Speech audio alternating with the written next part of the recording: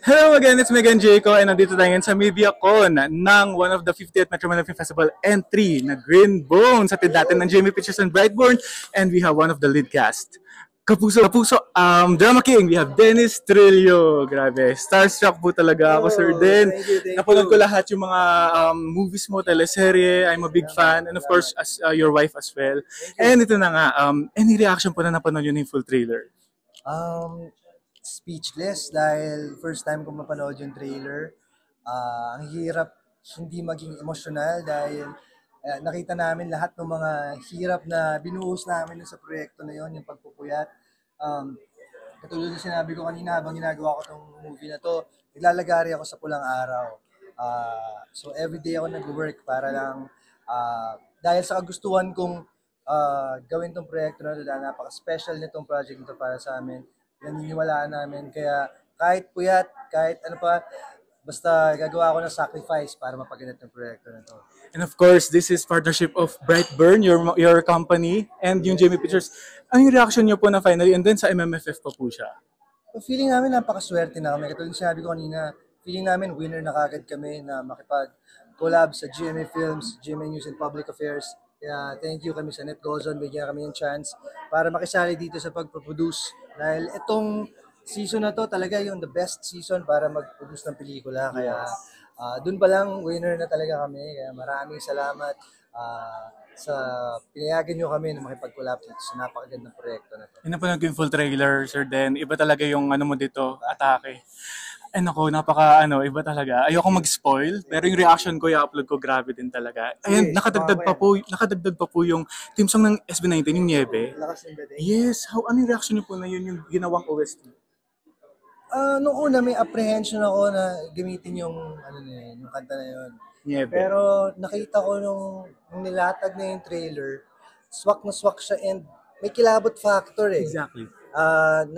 Nakita ko rin siya na habang dinadub ko. So nakita ko yung kung kailan yung pasok nung kanta na yun. And ang ganda, swak na swak yung timpla. SB19, maraming salamat sa Niebe. Dahil dyan, let's play a game. Okay. Green Bones. Yung sa Green naman, Song Association, dahil singer ka, di ba?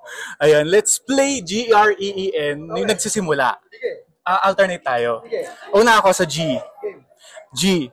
Got to believe in magic.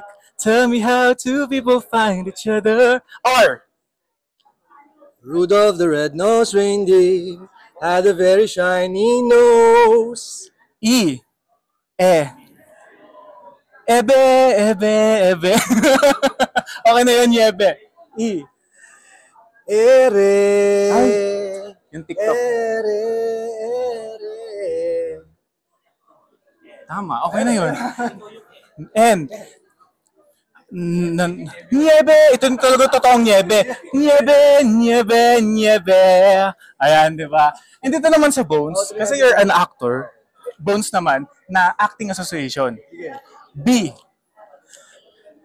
Bakit mo ginawa to sa akin, kuya? Nandito ako pero iniwan mo kami ng nanay. O. O ano naman ngayon? Gusto ko, wala kayong mga kwenta kaya iniwan ko kayo. Napakasakit naman ng ginawa mo sa amin. Yung nanay ako lahat yung gumawa sa kanya. Like, madami kong ginawa sa kanya. Tapos ikaw umalis ka lang. Pumunta ka lang dito sa Manila. Ganun yung gusto kong gawin Gusto ko iwanan dahil wala kayong mga kwenta para sa akin. Ayoko. Pero ayun na nga, di ba? Sundan natin ang ganitong eksena dahil mapapanood natin si Sir Dennis Trillo sa Green Bones. Invite everyone. Samahan niyo po kami. Panoorin natin ang pelikula natin. Ipapalabas ngayong December 25. It's an official entry sa 50th anniversary ng Metro Manila Film Festival. Abangan niyo po yan. Green Bones, directed by Zig Dulay. Abangan niyo po yan. Speaking of Green, pwedeng pasahin po your first album, Oh my God. OG. Anong taon mo to?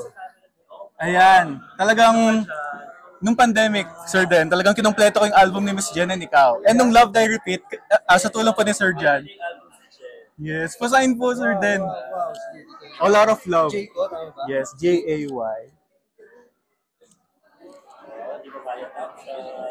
Ayan. Opo. Thank you, Sir Den.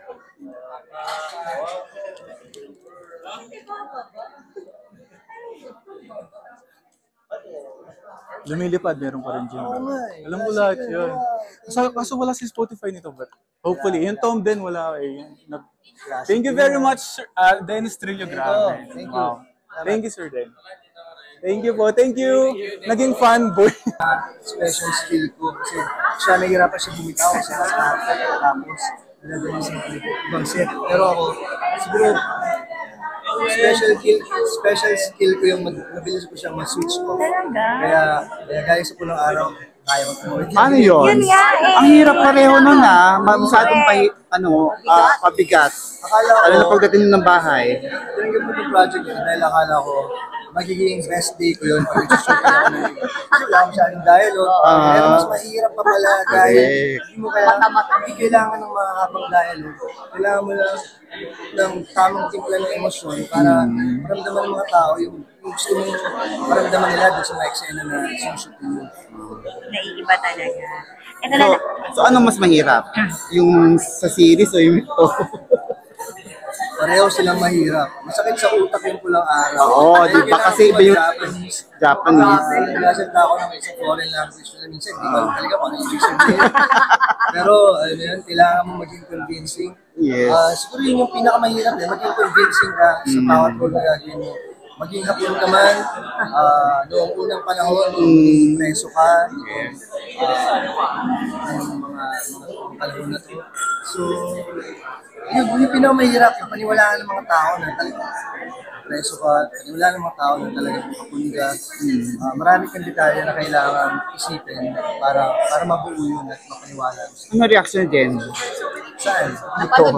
Hindi pa. Kasi nga, first time ko rin napanood. And feeling ko magiging sobrang proud siya bukod sa yung first project ng kumpanya namin. Okay. Sobrang happy siya. Sana nga. Sinihan. Pero hanggang ko yung supporta niya dito kaya mahal ko rin. ikaw siguro ano na lang, since ilang beses kayo nakapag-work na ni Direk, ano na lang, paano mo ma-describe yung working relationship nyo now? Siguro mas komportable na sa isa't isa. Mas kilala na namin yung isa't isa. And siguro, yung pinakamagandang trait ni Direk Sig as director, yung talagang nakikita mo yung pagmamahal na binibigay niya sa bawat proyekto. Hindi niya mamadaliin kahit na baka ilang eksena lang kayo sa isang araw. Basta yung mga eksena niya talagang binigay niya yung best niya at talagang pinaganda niya. Mararamdaman mo yung care niya sa isang proyekto na alam mo hindi niya pababayaan bawat eksena. Kahit sa script minsan i-rewrite niya para maging tugma at maging swak ng timpla. Miss, ma-transfer mo yung energy mo sa acting. Wow. Hindi imposible dahil siguro sa pagiging actor ko ng more than 20 years, pag-observe sa bawat taping, shooting, kung ano pa mga projects na ginawa ko. Kahit pa paano, siguro mas magiging komportable ako sa pag-direct natin dahil alam ko kung paano magtrabaho sa artist. Okay. Ay, ako lang.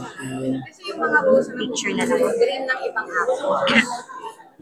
So parang ito, na kumuha mo na yun. Ano pa ang dream? Actually, dream ko rin talaga yung mga yun kaya ako yung kinukuha dahil tulad nito, Yan, nakukuha mo na. So meron pa bang natitira? marami pang mga kwento na pwedeng gawin, na makaka-inspire pa ng maraming mga next year, marami kayong gagawin projects na ibang-iba rin naman dito kaya nakakatuwa dahil daming nag-pitch ng mga bagong ideas and nagtutulungan kami na mag-isip ng mga bagong proyekto na yun.